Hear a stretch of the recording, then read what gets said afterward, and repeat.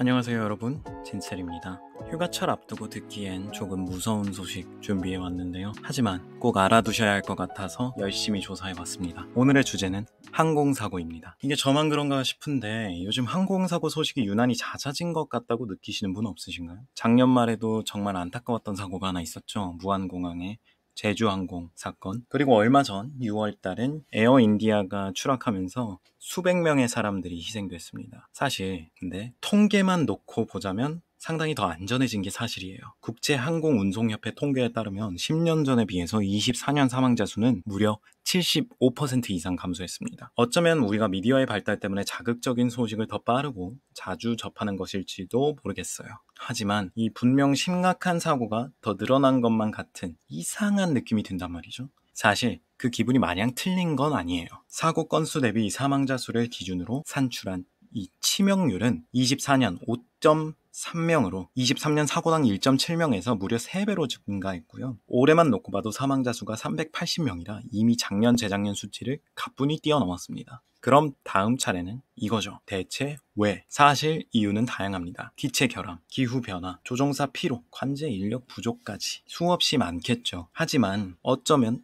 또 간단할지도 몰라요. 이 이유들이 왜 갑자기 이렇게 붉어지냐? 이 기저를 쫓아가다 보면 이 모든 이유들이 하나의 테마 아래 귀결되거든요. 시장경제, 특히 신자유주의가 만들어낸 세상이죠. 자유주의, 말로 들으면 참 좋죠. 작은 정부 아래에서 민간이 주도하는 공정하고 자유로운 경쟁사회, 그리고 정부는 이를 유도해서 최대의 다수가 삶을 윤택하게 살아갈 수 있게 한다는 거죠. 이게 말로만 들으면 참 좋아요. 하지만 말로 들으면 좋은 게 또 하나 더 있죠. 공산주의도 좋아. 실제로 신자유주의는 무한한 경쟁을 가져왔어요. 그로 인해 혜택을 본 이들도 분명히 있겠죠. 부자들도 부자 되고 더 부자 되고. 하지만 우리가 공정하다고 착각하는 이 불공정한 무한 경쟁 사회는 태어날 때부터 흙수저 물고 태어난 사람들, 아무런 방어막 없이 노출된 절대 다수는 전보다 더 가난해지고 그들을 향한 사회보장 시스템은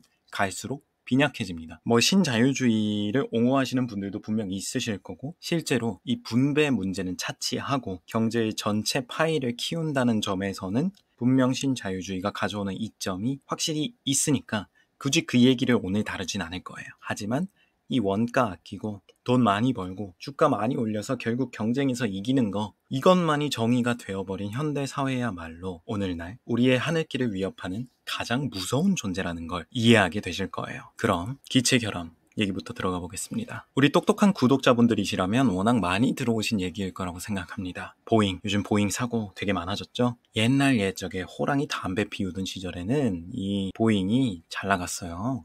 If it isn't Boeing, I'm not going. 즉, 보잉 아니면 나 안 갈래. 이런 말이 있을 정도로 보잉이 신뢰와 성능의 상징이었던 때도 있었습니다. 오늘날의 보잉은 하지만 좀 다르죠. If it is Boeing, I'm not going. 보잉이면 목숨 걸고 피한다는 거예요. 이제는. 과거 보잉은 참으로 대단한 회사였습니다. 급여도 잘 주고 직원들 의견도 잘 반영이 되는데 기술력도 월등한 최고의 기업. 그런데 이런 영광스러운 순간은 1997년 보잉 임원들이 맥도넬 더글라스라는 또 다른 항공사를 인수하기로 결정하면서 한순간에 무너져 내립니다. 자, 이 맥도넬 더글라스라는 회사, MD라고도 불리는데요. 이 회사가 왜 그때 매물로 나와 있었냐가 중요합니다. 간단해요. 개 같은 물건을 만들어서 팔았거든. 원가 절감하면서 회사 수익성 개선에만 죽어라 몰두하던 애들이었는데, 그러다 보니까 제품 개발 과정에 결함이 발견이 됐는데도 그대로 출시를 강행했다가 곳곳에서 사고가 터져버리면서 결국 회사 신뢰가 무너져 내립니다. 하지만 이렇게 물러날 재무쟁이들이 아니죠.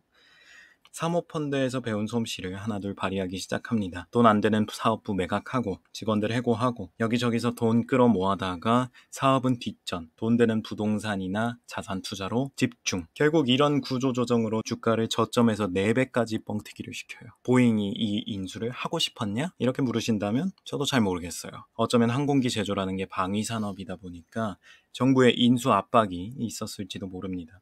어쨌든 결과적으로 인수는 진행됐습니다. 하지만 우리의 재무쟁이 임원들, 이 욕심쟁이들은 여기서 끝낼 생각이 없었죠. 유려한 말발로 이 사진들을 구워 삼기 시작하는데, 특히 이 MD 출신 CEO 해리 스톤 사이퍼가 결국 인수된 보잉의 CEO 자리까지 오르게 돼요. 회사를 지 입맛대로 바꿔놓기 시작하죠. 엔지니어 중심으로 운영되던 직원들의 자랑인 회사가 어느 순간부터 더 효율적인 거, 더 수익성 높은 거, 그래서 주가를 더 높일 수 있는 일에만 몰두하게 되는 거예요. 왜냐? 주가가 높아져야 CEO, 임원들, 본인들이 부자가 되니까. 자, 이분 그리고 그 이후에 재무쟁이 CEO 임원들이 개발한 항공기 목록은 다음과 같습니다. 이 중에서도 특히 737 맥스라는 기종은 워낙 사고가 많아서 한 번쯤은 들어보셨을 수도 있어요. 이 737 맥스라는 비행기, 페인트도 안 마른 신형기가 2018년, 19년 6개월도 안 되는 기간 동안 2번이나 추락을 합니다. 2차례 전원 사망 사고. 결함이 지나치게 치명적이라서 한때는 이 기종에 대한 이착륙 금지가 전 세계적으로 있었을 정도예요. 이 이후로 보잉의 추락이 본격화됐다고 해도 과언이 아닙니다. 787 드림라이너 얘기로 넘어가자면 나이트메어 라이너라는 끔찍한 별명이 있었을 정도로 도입 초기부터 잔고장이 많았던 기종입니다. 한참 지나서 좀 잠잠하더니 2020년 코로나 이후부터는 또다시 결함 이슈가 수면 위로 부상을 해요. 이번에는 설계 이슈보다도 결함 부품들과 부실 제조, 이 환상의 콤비가 완전히 사고를 쳐버립니다. 제조를 담당하던 협력사에다가 원가 절감 압박을 지나치게 많이 넣으니까 제조상 부실이 당연히 늘어났겠죠. 근데 자체 제조를 또 이제 그만둬버리니까 인증 담당자가 얘네가 부실하게 조립을 했는지 아닌지조차도 모르는 거야. 결국 완성된 비행기가 배송이 돼서 왔는데 인증 담당자가 이게 완성이 됐는지 부품이 빠졌는지 알아보지조차 못하니까 결국에는 기체 결함이 있는 상태로 출고가 된 거죠. 더군다나 부품 아웃소싱도 엄청나게 끌어올리면서 분명 같은 부품인데 규격이 다른 현상까지 나타납니다. 어차피 인증도 대충 하겠다. 조립자들은 야, 안 맞는 부품은 그냥 끼우지 마. 하나 빠진다고 뭐 문제 생기겠냐? 부품 누락, 조립 불량을 예사롭게 저지르면서 납품을 계속 이어나갔죠. 원가 절감, 결함 은폐 등으로 너네 품질 문제 진짜 심각하고 큰 사고 시간 문제다 라면서 내부 상황을 고발했지만 그럼에도 불구하고 문제는 계속됐고 실제로 수없이 많은 결함이 터지면서 기관의 철퇴를 두들겨 맞고 있습니다. 현재는 인도가 지연되면서 영업 손실도 막심해졌죠. 더군다나 올해 25년에는 에어인디아 사고가 터지면서 기체 손실 및 다수 사망자가 발생했어요. 그 악명이 나날이 더해지고만 있죠. 자, 그럼 대체 왜 이렇게 문제가 많았나? 임원들이 바뀐 것만으로 이 정도의 심각한 상황이 나타날 수 있나? 새로운 임원들이 기존의 보잉이 갖고 있던 색깔을 완전히 바꿔버렸기 때문이에요. 기존의 보잉을 만들었던 건 엔지니어들, 그리고 엔지니어가 개발한 기술, 그걸 중심으로 한 기업 경영이었어요. 하지만 새로운 CEO들, 새로운 임원들은 기업 가치 향상에만 목매달았죠. 벌인 악행들을 간단히 정리해 볼게요. 합병 직후에는 직원 3만 명이 해고돼. 3만 명. 품질 문제를 보고하는 관리자들이 문제를 고발을 해도 효율성을 떨어뜨린다는 이유로 되려 징계 혹은 심하면 해고까지 당해요. 돈 안 되는 설계, 제조 같은 건 야, 너네 아웃소싱 하자. 결국 설계 개발, 가장 중요한 설계 개발의 70% 이상이 1차 협력사가 담당하게 됩니다. 심지어는 가장 중요한 동체 제조 사업부, 비행기 직접 만드는 사업부도 돈 안 된다는 이유로 사모펀드에 팔아치워요. 1차 협력사가 되어버리죠. 근데 협력사가 되어버리면 뭘 한다? 이 새끼들은 원가 쥐어짜기를 한다. 결국 이 끝없는 아웃소싱 원가 절감이 계속 되는데 과연 끝이 없을까요? 모든 것엔 한계가 있습니다. 결국 이 끝없이 계속되는 구조조정의 늪에서 품질 관리는 엉망, 사고는 터져나오기 시작하죠. 원가 절감, 수익성, 경쟁만 외치던 이들 덕분에 회사의 수치는 일시적으로 좋아졌을지도 몰라요. 하지만 결국 그들이 파괴한 회사의 뿌리와 정신, 그리고 펀더멘털이 회복이 됐냐? 아니요. 수년이 지난 현재 보잉은 몰락의 길을 계속해서 걷고 있습니다. 돈에 눈먼 임원들의 끝없는 탐욕 그리고 윤리적 해이가 승객과 회사, 사회 모두의 목숨을 위협하고 있는 그런 상황인 거죠. 여기서 끝이라면 다행이죠. 하지만 사고의 원인은 여기서 끝이 아닙니다. 최근에 충청지방에 비 많이 내렸었죠. 이 기후이변이 항공사고를 늘리기도 합니다. 대기가 예전과 달리 많이 불안정해졌는데 진짜 문제는 항공기가 아니라 공항입니다. 공항은 날개가 없거든요. 이동이 불가능하단 말이에요. 수십 년짜리 인프라, 이동이 불가능해. 결국 공항 입지 선정에는 아주 많은 요소가 고려되기 마련이죠. 기후도 그중 하나입니다. 당연히 악천후인 곳에 지을 수는 없어요. 악천후인 도시에 공항을 짓더라도 그 중에서 가장 날씨 좋은 곳에 짓기 마련이에요. 하지만 문제는 분명 날씨가 좋았던 곳에 공항을 지었는데 불과 몇 년 사이에 날씨가 드라마틱하게 바뀌어버리는 거예요. 계속되는 기후변화로 화창한 날이 많아야 될 공항에 폭우가 쏟아져 내리고 폐쇄되는 일이 늘어납니다. 폭염으로 활주로가 변형되기도 하죠. 폭우로 인한 전면 중지는 이미 너무 흔해가지고 언급할 가치도 없고요. 기후온난화로 인한 해수면 상승으로 앞으로 영영 물에 잠길 주요 공항만 전 세계에 100개가 넘습니다. 하지만 진짜 문제는 이 항공산업이라는 게 환경 파괴 산업 그 자체라는 겁니다. 항공산업의 누적 온난화 기여는 전체의 4% 수준. 특히 탄소 배출은 2.5%에 불과하지만 탄소가 아닌 BCO2 배기가스의 영향으로 온난화에 기여한 바는 좀 더 크다라는 점이 주목할 부분입니다. 이 때문에 탄소 상쇄 같은 느슨한 규제를 도입하고는 있지만 말 그대로 느슨할 뿐더러 앞서 말씀드렸듯 탄소보다 다른 배기가스로 인한 온난화 영향이 더 큰데 탄소만 규제하는 건 일종의 보여주기용 아니냐라는 비판도 계속 존재해요.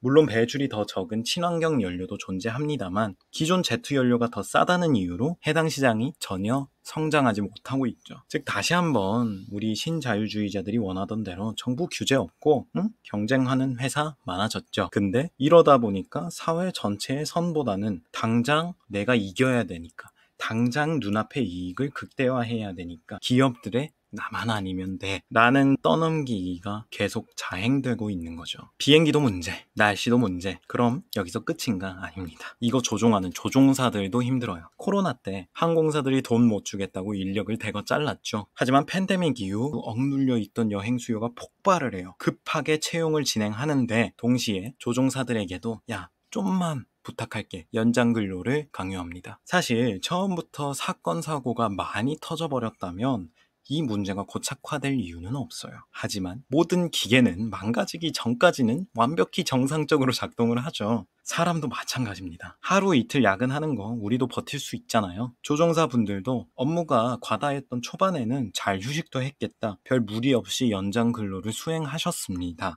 하지만 숫자로 세상을 보는 우리 임원들께서는 여기서 이런 기발한 생각이 든 거죠. 이러면 고장날 줄 알았는데 이래도 잘 굴러가네? 더 굴려도 괜찮겠다. 이 조종사들 피로를 줄여줘야겠다. 채용을 진행해야겠다라는 지극히 당연하고 상식적이고 인간적인 생각보단 이런 비인간적이고 기발한 발상을 떠올리는 게 이 임원들입니다. 실제로 미국 기준 지난 4년간 면허를 가진 조종사의 숫자는 증가했어요. 하지만 대부분이 학생, 실직자, 구직자였고 오히려 현역 조종사들의 근무 여건은 계속해서 악화되는 중입니다.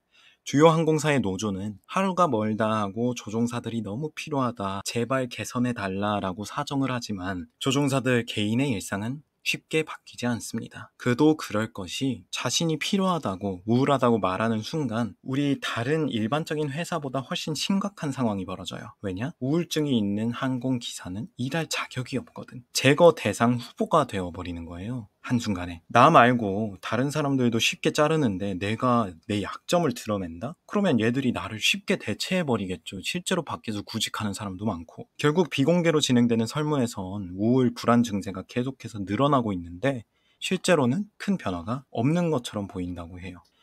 결국 제조원가 쥐어짜기, 기후변화 늑장 대응 이런 수준을 넘어가지고 실제로 사람 목숨줄을 자기 손에 쥐고 있는 조종사들에게 마저 압박 넣으면서 과다 근로를 강요하고 있는 이런 상황에 안전이 보장될 수가 있을까요? 하지만 이 앞서 말씀드린 세 개의 문제점은 비교도 안 될 만큼 더더욱 심각한 문제가 바로 여기 있습니다. 하늘이 아니라 지상에 있죠. 관제탑입니다. 며칠 전에는 착륙하는 여객기에 같은 활주로에서 이륙하는 폭격기에 대한 경고를 안 해줘서 충돌 직전까지 간 상황이 있었고요. 올해 초에는 워싱턴에서 군용 헬기 민항기가 활주로에서 지상 이동하다가 서로 충돌해서 60명 넘게 죽은 사고가 있어요. 이 원인이 미국 관제탑 인력 부족 때문이래요. 그것도 아주 심각한 인력 부족이요. 3,500명이 부족하대요. 3명이 지금 4명 할 일을 나눠서 하고 있는데 그게 1, 2년짜리 문제가 아니라 벌써 수년째 지속되고 있다고 해요. 특히 우리가 아는 좀 큰 공항들 있잖아요. 애틀랜타나 JFK 같은 이런 대형 공항 3분의 2가 인력 부족이래요. 뉴욕 관제탑은 270명 정원에 150명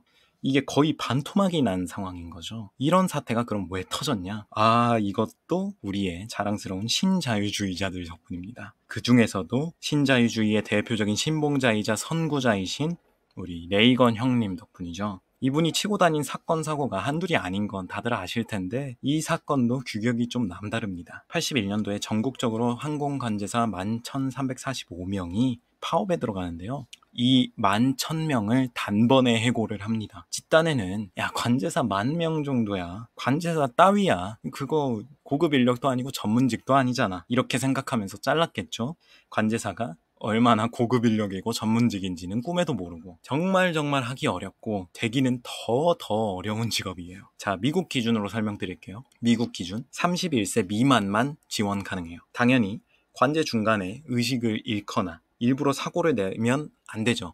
몸도 마음도 아주 건강해야 합니다. 약간의 고혈압, 저혈압 당연히 지원 불가. 이게 우리나라가 아니라 미국이라는 점. 그리고 관제사가 국가가 교육하는 대신 조종사 대비 급여가 높지 않아서 서민들이나 저학력자가 많이 지원한다는 점을 고려하면 이 신체 조건부터가 말이 안 돼요. 왜냐? 미국은 저소득자가 좋은 보험을 갖고 있을 수가 없잖아요. 미국 관제사 평균 연봉이 거의 2억 원대라 이 정도면 많이 받는 거 아닌가라는 생각을 하는 분도 있을 수 있어요. 하지만 관제탑이 있을 만한 도시들을 생각해 보자고요. 관제탑, 공항이 있을 만한 도시들 대부분이 대도시죠. 결국 살인적인 물가와 주거비를 감당해야 합니다. 급여가 높아봤자 대부분이 고정비로 나가는 거예요. 또 미국 영주권, 유창한 영어가 조건이라서 아무리 이민자 노동 인력이 충원이 된다고 해도 관제사가 되기가 너무 어려워요. 게다가 1차 시험 합격자 대상으로 아카데미 교육 끝나고 일부 인원만 선발해서 현장 검증, 그리고 그 현장 검증을 통해서 최종 선별, 이 3단계의 선별 과정을 거쳐야 하니까 이 정도면 뭐 지네 나라 대통령보다 인사 검증을 깐깐하게 하고 있어.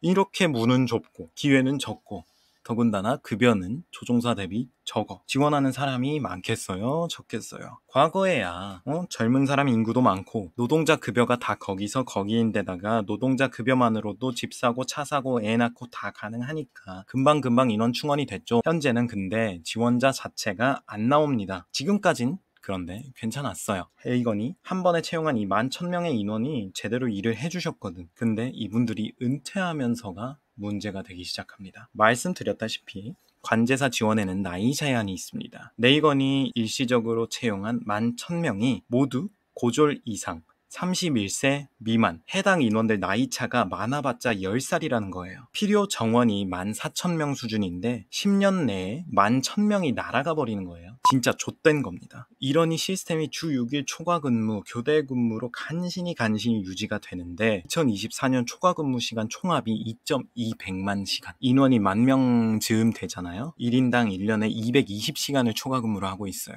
그러면 사실 거의 1년의 절반 이상을 주 6일 동안 8시간 근무를 하고 있다. 근데 그조차도 밤낮이 수없이 바뀌는 교대 근무를 하고 있다. 더군다나 이렇게 피곤하고 지친 상태인데도 내 손가락 하나, 내 지시 하나에 수백 명 목숨이 달려있어. 정신적인 피로도는 더해. 전 2억 준다고 해도 안 해요. 못 해요. 도대체 이게 뭡니까? 이거는 이런 사태를 만들어 놓는 건 사회의 효율을 끌어올리는 게 아니에요. 물론 그 당시에 일시적인 어떠한 효과는 있었을 수 있죠. 근데 이거는 폭탄이 돼도 되니까 이걸 해체하는 게 아니라 야 폭탄을 더 키워가지고 다음 세대에 떠넘겨라 라고 말한 거나 다름없어요. 어차피 지들 문제 아니니까. 근데 얘네가 이 신자유주의자들이 인원만 조져놨냐? 그것도 아니에요. 환경, 시스템은 더 지독합니다. 아직도 이 관제탑에서 플로피 디스크를 써요. 모르는 분도 많으실 거야, 이렇게 말하면. MZ세대 신규 인원을 채용하고 장비를 설명하는데 이 네모난 게 뭐냐고 물어본대요. 디스크를 본 적이 없어서. 항공기 행적을 나타내는 비행 진행표가 아직도 종이에 수기로 표시를 해야 되는 수준이래요. 이런 열악한 환경에도 조종사와 마찬가지로 말 한마디 못해요. 왜? 똑같아요. 잘릴까봐. 너 힘들어? 정신에 문제 있어? 너 사고 낼 거지. 이래버리니까. 사람 목숨을 지키는 직업에 신자유주의는 이렇게 만성적 초과 근무 저희예산을 강요한 거죠. 그게 경쟁사회고 작은 정부 역할이니까. 그죠? 자, 근데 이건 미국 얘기지 않느냐. 한국은 더 나을 거 아니냐. 반만 맞는 얘기 같아요. 물론 저거보다야 낫겠죠. 적어도 디스크는 안 쓰고 있는 걸로 알아요. 근데 된장찌개 한술 뜨고 나서 피드백이 사람들이 야 이거 똥보다 맛있는데? 이지랄 해버리면 이건 틀린 말은 아니지만 그렇다고 칭찬도 아니잖아. 우리도 상황이 좋지는 않아요. 똑같이 인력 부족은 계속해서 겪고 있어요. 특히 지방공항들. 이러다 보니까 미국이랑 똑같이 과도한 업무, 열악한 처우는 계속되는데 이 한국은 급여도 짜죠. 초과 근무에 대한 수당도 약해. 왜냐? 대한민국에서 야근은 열정이고 또 스포츠거든. 못하면 사람 충분히 안 뽑고 일 더 시키려는 악덕한 회사, 정부 잘못이 아니라 야 성실하지 못한 너희 젊은 세대의 썩어빠진 정신머리가 문제다. 여기에 관제사분들이 뭐라고 답변하셨을 것 같아요? 응, 젖가세요. 다들 해외로 나가고 계십니다. 특히 요즘 중동의 많은 국가들이 석유산업의 쇠퇴로 자국을 관광국가로 키우려고 하고 있죠. 코로나 이후 급감한 관제 인력을 빠르게 충원하기 위해서 우리나라에서 관제사들을 긁어가고 있어요. 일은 덜 시켜. 근데 급여는 2배에서 많게는 5배야. 이거는 초등학교 2학년 수학 익힘책만 풀어봤어도 사실 셈이 되죠. 가야죠. 우리 시스템도 결국에는 시장 경제에 의해 무너지고 있습니다. 결국 왜 이렇게 사고가 많이 나냐 정리하자면 이겁니다. 항공사고는 제주사도 날씨도 조종사도 관제탑도 낼 수 있다. 하지만 이게 많아지는 이유, 이 실수가 늘어나는 이유, 그 기저에 깔린 단 하나의 근본적인 원인은 천민자본주의와 무한 경쟁으로 점철된 신자유주의다. 세상 만사가 그들 말대로 경쟁만이 중요하고 남들 짓밟아 돈 많이 벌어서 이기면 장땡이다. 이러면 얼마나 좋을까요? 하지만 그렇지 않다는 거 다들 잘 아실 거예요. 소방관이 의사, 변호사보다 돈 잘 벌어서 목숨 걸고 사람 구합니까? 돈이 최고예요. 돈을 쫓는 삶 좋죠. 좋은데 돈만으로 세상 굴러가는 거 아닌 거 다 알잖아요. 열정으로 세상을 바꾸는 예술가들도 있고 사명감으로 일상을 지키는 조종사, 관제사들도 있고 모두 이 사회에 꼭 필요한 사람들이고 각자의 자리에서 최선을 다하면서 살아가고 있습니다. 그러니까 가끔은 이런 생각이 들어요. 남들이랑 나를 또 열심히 살아가는 일상의 영웅들을 돈과 성공이라는 간편한 잣대 하나만으로 비교질하는 거 이거 좀 멈추고 주변을 좀 돌아봐야 될 것 같아요. 오늘도 얼굴 모르는 누군가를 위해 목숨 바치며 헌신하고 있는 그런 분들을 위해서 따스한 말 한마디, 격려의 말 한마디 남길 수 있는 그런 성숙함을 지닐 수 있다면 어쩌면 우리 사회에 이 끝없이 많아 보이는 문제들도 하나둘 사라질 수 있지 않을까 그런 생각이 듭니다. 오늘 영상은 여기까지입니다. 다음엔 더 좋은 이야기로 찾아올게요.